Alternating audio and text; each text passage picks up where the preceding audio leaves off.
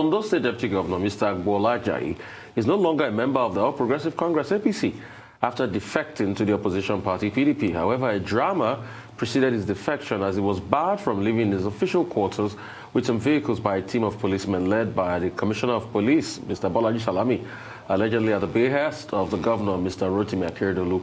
But the governor disclaimed the incident, saying he did not instruct Salami to carry out such an assignment. I'd like to ask you, Alan Sowore, about that moral question about the deputy governor.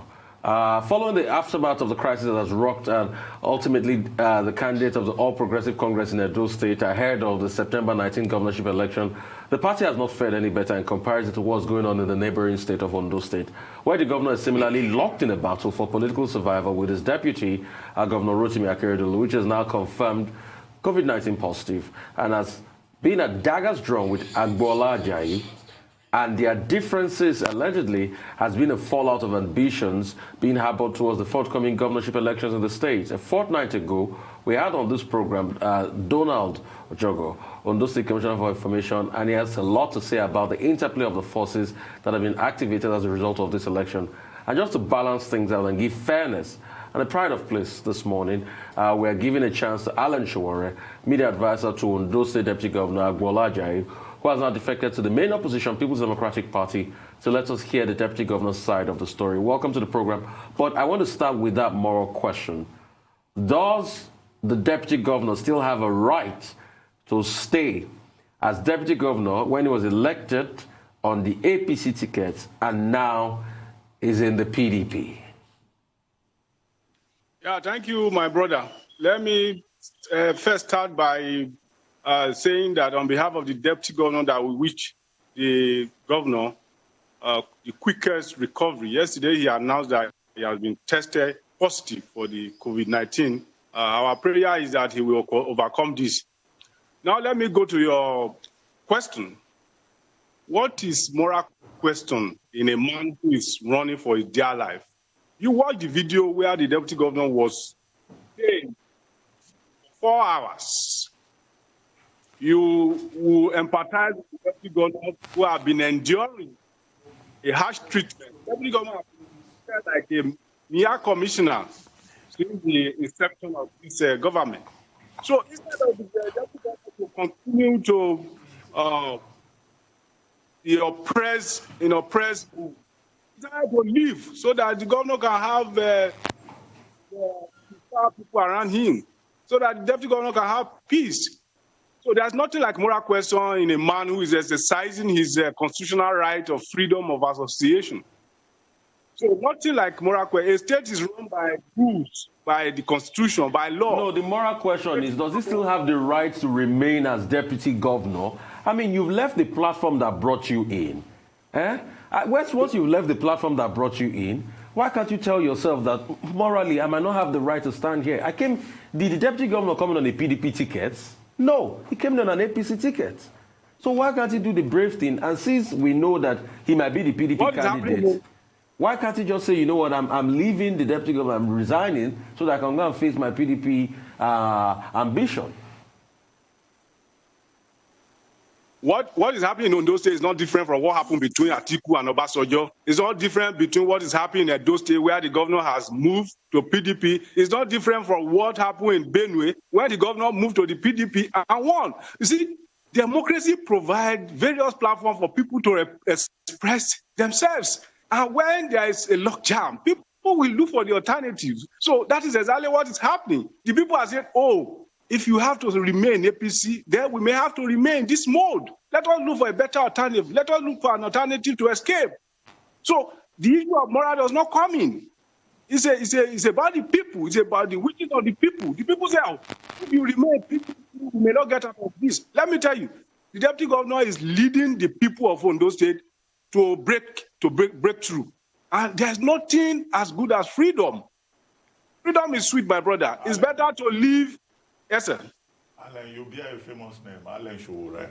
For the benefit of our viewers, are you related to the other Sowore that is very famous, who is also from Ondo State? In this regard, I'm talking about the publisher of Sahara Reporters, Omoyele Sowore. But the question I would like you to address is all that furore about the fact that the governor sacked the aides of the deputy governor and that the deputy governor reappointed his aides. Are you back at work, or what happened at that time? And what is all this controversy about the plan to impeach the deputy governor? Thank you. I will answer your question serially. To answer the first one, Sowore Omoyele and Sowore Allen, we are kids and kin. Now, coming to the other question about sacking of aid.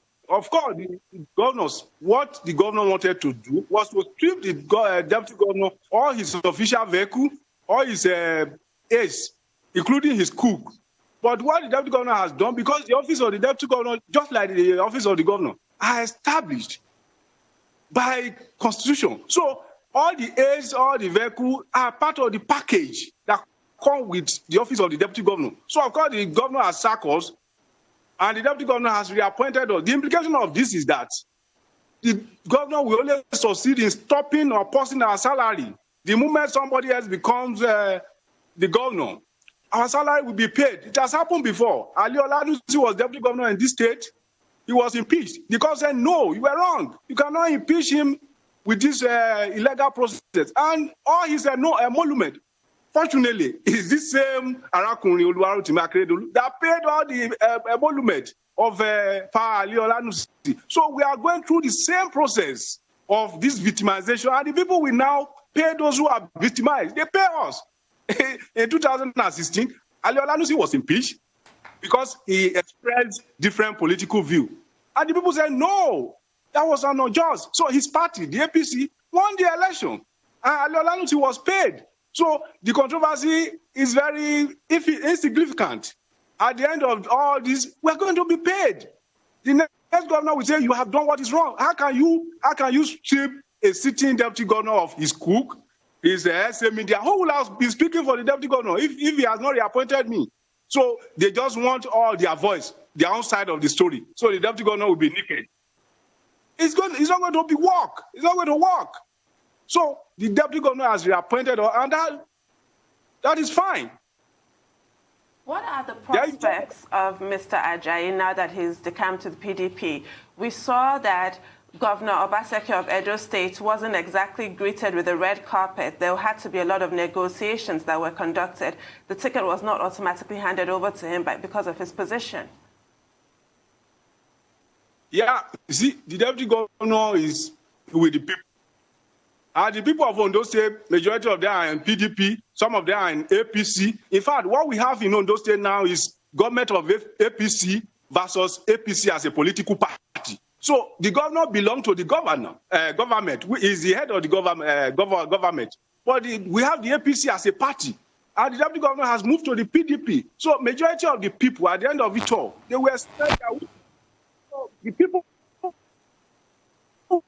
who decide, the PDP, we decide who will be their flag bearer. But I can tell you confidently that the deputy governor has received a very warm reception from the leadership of PDP at the national, at the state, at local government. At what level? The house of the deputy governor is not like a kind of mecca. People are trooping in. They even want to see the man that has been victimized. They want to see the next line of his action. So I can assure you, his chances are very bright. Can you dial back and tell me what really started this rift? Because if a man that campaigned so well for Arakunrin and they were quite close could fall apart, what was the origin of all of this rift? Okay, let me tell you. Immediately we emerged as a government in 2017. I think with due respect to Mr. Governor, he has this fear of failure. He became paranoid. So he started recruiting technocrats to help him man the government. Do you know what the technocrat did? They used members of his immediate family to hack into his government. And when they did that, at the end of second year in government, all that we have in Ondo State is government of father by the wife and for the children. So the real people, the politicians, were left out. So, and complaints started coming up.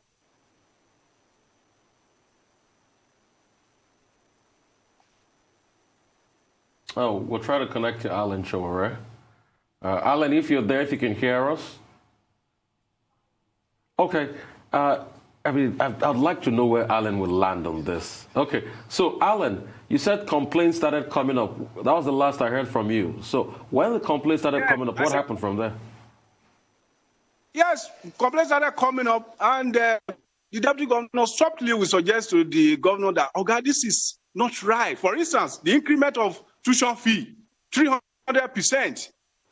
In larger local government.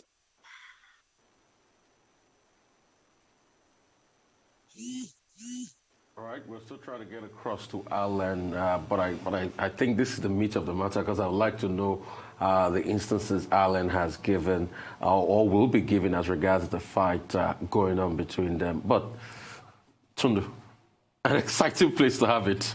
To have what? An exciting place to have this conversation. Why? Because, like Dr. Abati said, that is always the case. Something always happens between these two people. Alan, can you hear us? I can hear you. Good. Let your network hear us too.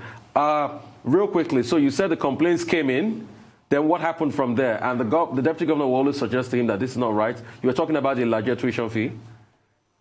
Yes, I said, for instance, in Laje, where we have oil, Laje and Esedo, where we produce oil, that make Ondo State oil producing. There's no single project. And the deputy governor is from that area. You know, the increment in the tuition fee, 300%. The sourcing of contractor from Ibadan and Imo. So all the local contractors were abandoned. And there's poverty. People could not access the government. Commissioners were mere ceremonial, apart from the Commissioner of Finance, because of the role he will play in releasing money. So, you know, as a human being, there's extent to which you can take some of these things.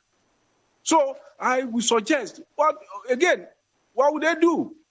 The cabal, they now came together to conspire against the deputy governor. For instance, I give you an example.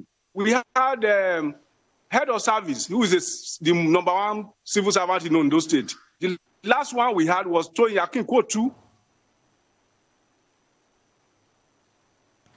Oh, problem with connection again. Problem with connection and... Well, we just hold on for Alan Sowore to get back to us. I'm back. Okay. Okay, you're back. Yeah.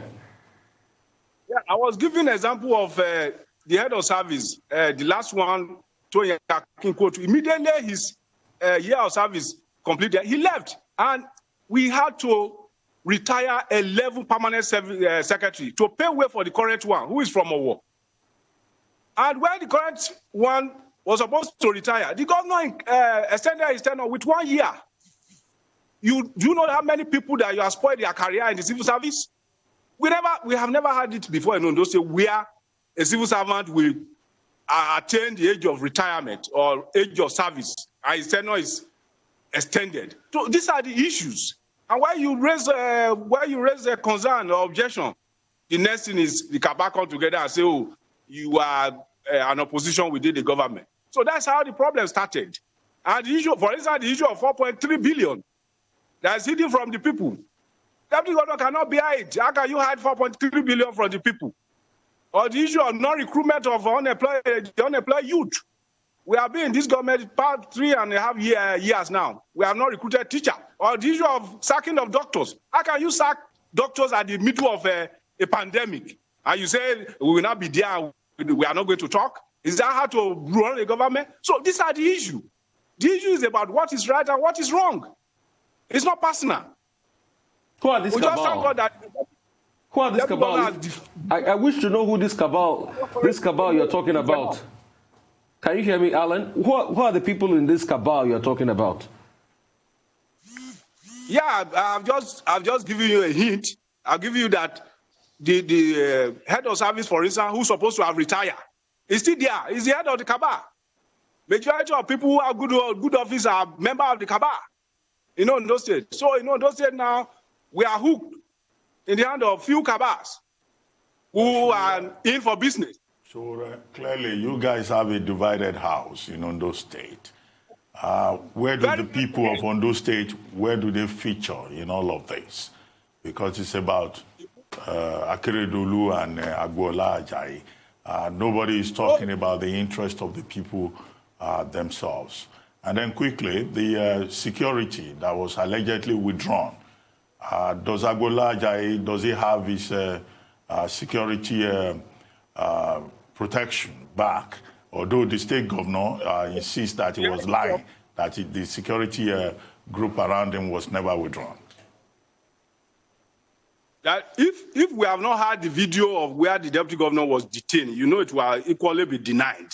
Thank God that we have the video. The IG has intervened and he has restored the security details of the deputy governor. We are happy about that. That has been given. His vehicle that was equally taken away from him has been returned because of the cries and the condemnation by the good people of Nigeria, and particularly the Ondo State people. And that is why the House of Assembly with the deputy governor. They are saying, no, he has not committed any offense. The deputy governor is with the people. Like you asked, where does the people of Ondo State belong? The people of Ondo State are solidly behind the deputy governor. You can monitor it. You are in the media space. The deputy governor is with the people. The people are with him. They want to break away, and they are happy that he has come out to lead them. Well, thank you. What do you say to the accusations that have been leveled against your principal by Governor Akeredolu's camp? And they accuse him of inordinate ambition, disloyalty, backstabbing. How do you address that?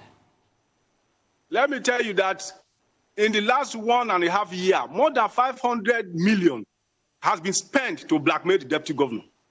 There is a standing committee in Ondo State that the only responsibility they do is to petition the deputy governor about his age, about his certificate, about his height, about his color. The government has virtually lost focus. So all those things are just mere blackmail. Where does it come from? Disloyal. You know, in Atiku versus Obasanjo, it was said that the deputy governor swear to an oath to be loyal to the Constitution of the Federal Republic of Nigeria and not to an individual. To uphold the rule of law. Respect for rule of law, respect for democracy. We have a government where commissioners are mere ceremony. They don't have official car. They don't do anything. But that same people are not. Mr. Sowore, that same constitution, I believe it's section 193, says that it's at the governor's discretion what will be assigned in terms of activities, duties, and what have you to the deputy governor. It's at the governor's discretion according to our constitution. Yeah, nobody. Hello? We can hear you. Nobody is arguing that. Nobody is arguing that. But I can tell you, traditionally in this state, Ministry of Local Government and Citizenship Affairs were under the deputy governor, disaster management, boundary adjustment, and chairman of tender board. They are not giving him any of this. And he's not complaining. But when it has gotten to the level that a deputy governor will be treated like commissioner, you know, then it becomes a problem. It becomes a problem. You have listened to the governor announcing that he was tested positive to COVID-19. If you listen to the video of the governor or that of El-Rufai, compare it. When El-Rufai was going to isolation, self-isolation, he said the deputy governor will continue to coordinate the government. That is the purpose of the office of the deputy governor. When the governor has problem, this is the problem. So the governor comes up now, he announced, I'm tested positive to COVID-19. Who continue the activities of government? Where do you leave the people? So you'll be on self-isolation, you'll be treating files, you'll be signing files. Who bring the files? Okay. Anyway, thank you very much, Comrade Sowore. I hope you guys would find cause to put the interests of the people of Ondo State first and move beyond ego conflicts.